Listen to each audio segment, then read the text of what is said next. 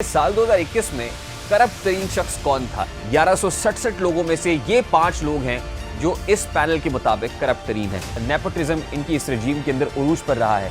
उन्होंने कोशिश की है कि अपने लोगों की जेबों को भरा जाए। अस्सलाम वालेकुम मेरे सादा से पाकिस्तानियों, मेरा नाम रेहान तारिक है और आप मेरा यूट्यूब चैनल देख रहे हैं। साल 2021 अपने इख्तिताम की जानिब गामजन है। चंद ही रोज़ बाकी रह गए हैं और साल 2022 का सूरज अब तुलू होने वाला है।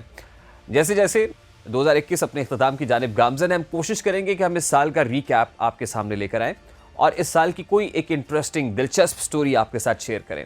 आज की स्टोरी बड़ी इंटरेस्टिंग है, बड़ी दिलचस्प है और सुनने और देखने से ताल्लुक़ रखती है। स्टोरी ये है जी कि साल 2021 में करप्ट तरीन शख्स कौन था, यानी सबसे ज्यादा करप्शन इस साल किसने की? Who is the most corrupt person in the world in the year 2021? This is very interesting. देखते हैं ये कैसी चीजें अनफोल्ड होती हैं, क्या रेवलेशंस है जो हम आपके सामने लेकर आ रहे हैं। Organised crime and corruption reporting project, ये एक प्राइवेट तंजीम है, ये बल्गेरियन बेस्ड ऑर्गेनाइजेशन है जो जर्नलिस्ट चलाते हैं। ये इन्वेस्टिगेटिव जर्नलिस्ट हैं। अब इसमें जर्नलिस्ट की तादाद 6 हो गई है। 6 जर्नलिस्ट उन्होंने मिलके इन्वेस्टिगेशंस की हैं और उनके पास तकरीबन 1167 नॉमिनेशंस थी। 1167 लोगों में से उन्होंने ये बताना था कि इनमें से सबसे ज़्यादा करप्ट शख्स कौन था। नंबर 1 कौन था, नंबर 2 कौन था, नंबर 3 और नंबर 5 कौन था।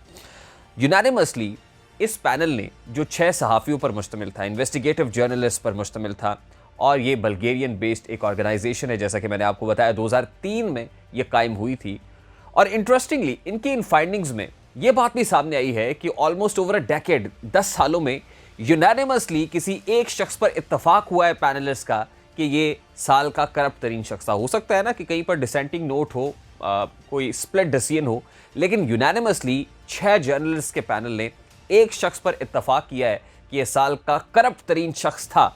और हैरानकुन बात यह है कि बेलारूस के प्रेसिडेंट अलेक्जेंडर लुकाशेंको इस पैनल के मुताबिक वो साल के करप्ट तरीन शख्स रहे हैं। वो क्यों हैं, मैं इस तरफ आता हूं।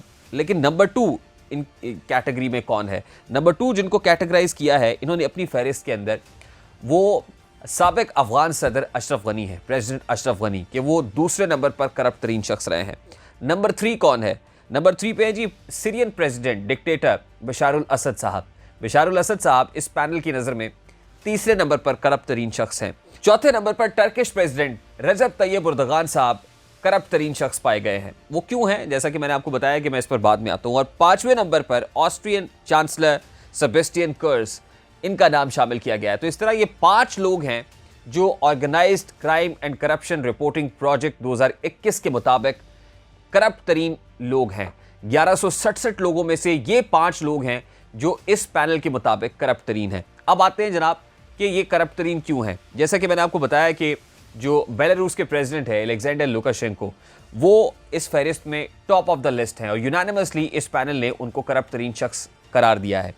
वजह क्या है? बहुत सारी वजूहात। ऑलरेडी जो लुकाशेंको साहब की कारस्तानियों को जानते हैं उनको अंदाज़ा है कि लुकाशेंको को क्यों इन्होंने पहले नंबर पर करप्ट तरीन शख्स का कैटेगरी में डाला है। आप लोगों को पता है कि बहुत सारे जो ओलिगार्क्स इनके साथ हैं, राइट लेफ्ट हैं, नेपोटिज्म इनकी इस रजीम के अंदर उरूज पर रहा है। उन्होंने कोशिश की है कि अपने लोगों की जेबों को भरा जाए, अपने लोगों के ख़जाने को भरा जाए। तो ये इनकी हुकूमत अपने लोगों को, बंदा नवाज हुकूमत रही है और इन्होंने कोशिश की है कि जो इनके सल्तनत के अंदर इनके जो खुलफा हैं, जो इनके राइट लेफ्ट लोग हैं, वज़रा हैं, मुशीरान हैं, इनके ख़ानदान के से ताल्लुक़ रखने वाले लोग हैं, उनकी जेबों को, उनके ख़जाने को भरा जाए। यानी टॉप ऑफ द लिस्ट तो ये बात है। नेपोटिज्म लुकाशेंको की हुकूमत के अंदर उरूज पर रहा है। नंबर 2 बात यह है कि आपको अंदाज़ा होगा कि इन्होंने एक पैसेंजर प्लेन को हाईजैक कराया था। रियान एयर का ये तैयारा था, पैसेंजर तैयारा था। इसको इन्होंने इंटरसेप्ट किया था और कहा था कि इसको जो है वो उस जगह पर उतारा जाए जहाँ पर एविएशन लॉज परमिट नहीं करते थे, वहाँ पर उतारा। और इसकी वजह क्या थी? सिर्फ सियासी चपकलिश। राइवल्स इनके उस तैयारे के अंदर सवार थे और इनको उस तैयारे को उस जगह पर उतार लिया गया जो बिल्कुल लॉज के ख़िलाफ़ था, जो एविएशन से मुतसादिम थे। नंबर 3 बात यह है कि इन्होंने बॉर्डर के ऊपर क्राइसिस खुद से जनरेट किया, यूरोपीय यूनियन के साथ फड्डा लिया और बॉर्डर के ऊपर जो है रेफ्यूजीज़ जो बहुत बड़ी तादाद के अंदर पनाह लेना चाहते थे, बॉर्डर क्लोज़ किए, ब्लॉक किए और वहाँ पर यूरोपीय यूनियन के साथ फड्डा डाला। उसके बाद जनाब इन्होंने मिस इन्फॉर्मेशन और डिसइंफॉर्मेशन इनके इस दौर के अंदर कोविड को लेकर उरूज पर रही है।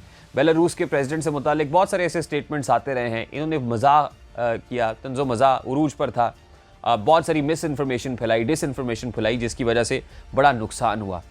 तो ये लुकाशेंको साहब है जनाब, और इनकी ये चीदा कारस्तानियाँ हैं। वैसे तो कारस्तानियों की एक लंबी तवील फहरिस्त है कि मेरा ख्याल है कि हमारे जर्नलिस्ट जो सहाफ़ी भाई हैं, जो 6 का पैनल है, उनको बिल्कुल दिक्कत पेश नहीं आई होगी, और इसीलिए उन्होंने यूनानिमसली ये डिसाइड किया है कि इनको नंबर 1 करार देना चाहिए। अब नंबर 2 कौन है? अशरफ गनी साहब हैं। मेरा ख्याल है कि अशरफ गनी साहब को भी मेरे सादा से पाकिस्तानी बड़े अच्छे तरीके से जानते हैं कि जिस वक्त वो भागे हैं अपने तैयारे में बैठकर, अपने लोगों को बेयारो मददगार छोड़कर, अपने लोगों को तालिबान के रहमो करम पर छोड़कर, दहशतगर्दी के रहमो करम पर छोड़कर, बैंड आउटफिट्स के रहमो करम पर छोड़कर और क्राइसिस के अंदर छोड़कर, तो उस वक्त वो कितनी रकम वहाँ से लेकर फ़रार हुए हैं। उसके बाद बहुत से लोगों को अंदाज़ा हुआ कि असल में तो Ashraf Ghani was the most corrupt person in Afghanistan. तो अशरफ गनी जो है वो इस पैनल की नज़र में दूसरे नंबर पर करप्ट तरीन शख्स हैं। तीसरे नंबर पर जो सीरियन प्रेसिडेंट है बशारुल असद साहब, बशारुल असद साहब जो हैं वो तीसरे नंबर पर है, यानी अशरफ गनी साहब के बाद बशारुल असद साहब का नंबर है। और बशारुल असद साहब की जो रजीम है आपको पता है वो भी ऑटोक्रेटिक रजीम है, वो भी डिक्टेटोरियल रजीम है, और वहाँ पर भी अवाम जो है वो उनसे बहुत तंग है। और बशारुल असद साहब के कुछ ऐसे तर्ज़ अमल रहा है कि जिसकी वजह से सिविल वॉर उनकी सीरिया के अंदर जो है वो छिड़ी है। और बशारुल असद साहब का over the last few years कुछ ऐसा तर्ज़ अमल रहा है कि उनका मुल्क सिविल वॉर का शिकार हुआ है, and he has stolen hundreds of millions of dollars while clinging to power. और पावर में आते ही उन्होंने hundreds of millions of dollars जो हैं वो चुराए हैं, यानी उन्होंने मुल्की ख़जाने को नुकसान पहुँचाया है और अपने वेस्टेड इंटरेस्ट के लिए काम किया है और मुल्क को खाना जंगी का शिकार किया है। रजब तैयब उर्दगान। अब मेरे बहुत सारे सादा से पाकिस्तानी सोच रहे होंगे कि रजब तैयब उर्दगान साहब तो बड़े ही पारसा आदमी हैं और उनके तो बहुत सारे ऐसे वीडियोस वायरल हो जाते हैं, उसमें ऐसे लगता है कि इज़ अ थॉर जेंटलमैन और तुर्की के अवाम उनसे मोहब्बत करते हैं। असल में जो पैमाना है इस पैनल का इनको करप्ट करार देने का, उसमें बुनियादी वजह यह है कि रजब तैयब उर्दगान की अब हुकूमत इस वक्त बहुत सारे माली मुश्किलात का शिकार है। अगर एक्सटर्नल डेट की बात की जाए सिर्फ तुर्की के, तो वो तकरीबन 440 बिलियन डॉलर्स का एक्सटर्नल डेट है, जो बैरूनी दबाव है, कर्ज़ों की सूरत में है। टर्किश लीरा जो है ओवर द लास्ट ईयर वो बहुत नीचे आ गया है, डी वैल्यू हुआ है डॉलर के कंपैरिजन में। तो डॉलर के मुकाबले में लीरा जो है वो बहुत नीचे चला गया, जिसकी वजह से टर्की की इकॉनमी इस वक्त बीच मंझधार हिचकोले खा रही है।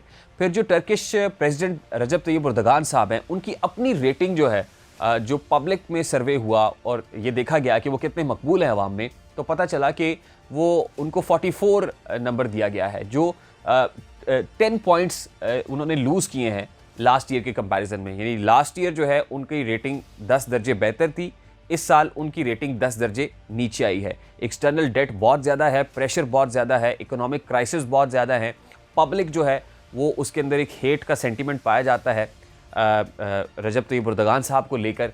और अब सूरत हाल ऐसी नहीं है जैसी आज से 1, 1.5, 2 साल पहले थी। और फिर एक बहुत बड़ा एक गैम्बल जिसका नाम दिया गया, वो जो चाइनीज़ फंड्स हैं, उसमें कहा गया कि इन्होंने बेज़ाब्तगियाँ की हैं ईरानियन ऑयल के पर्सपेक्टिव के अंदर, और अपने जो स्टेट बैंक्स हैं, स्टेट के सेंट्रल बैंक, उसको इस्तेमाल करके रजब तैयब उर्दगान साहब ने कुछ पैसों को लॉन्डर किया है, को मनी लॉन्ड्रिंग है। तो इसके भी चार्जेस उनके ऊपर मौजूद हैं, जिसकी वजह से इस पैनल ने तैयब उर्दगान साहब को चौथे नंबर पर की रेटिंग दी है। और 5वें नंबर पर जो है वो ऑस्ट्रियन चांसलर हैं सेबेस्टियन कुर्ज़। अब जो सेबेस्टियन कुर्ज़ हैं, he was one of the leaders of Australia's FPO political party, whose members were caught in an undercover video promising government contracts in exchange for positive news coverage to a person posing as a relative of a Russian businessman।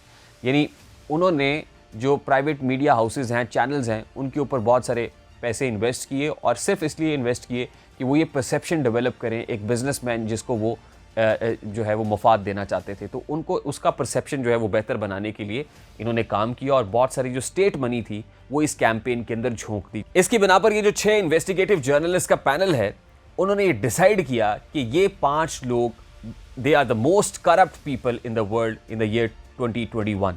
अब 2020 के अंदर इनकी नज़र में जो most corrupt बंदा था वो ब्राज़ीलियन प्रेसिडेंट थे, और ब्राज़ीलियन प्रेसिडेंट जेयर बोल्सोनारो थे इनके मुताबिक, जो अब की बार रिप्लेस हुए हैं बेलारूसियन प्रेसिडेंट के साथ, अलेक्जेंडर लुकाशेंको के साथ। तो आई होप कि ये इन्फॉर्मेशन आपको बहुत इंटरेस्टिंग लगी होगी। अगर इंटरेस्टिंग लगे तो लाइक ज़रूर कीजिएगा, और अगर लाइक करें तो शेयर करना मत भूलिएगा। और अगर शेयर भी कर दें तो फिर चैनल को सब्सक्राइब करना मत भूलिएगा। बेल आइकन प्रेस करेंगे तो ऐसी बहुत सारी वीडियोस आप देखते रहेंगे। मुझे रेहान तारिक को इजाज़त दीजिए, अपना बहुत सारा ख्याल रखिएगा। अल्लाह हाफ़िज़।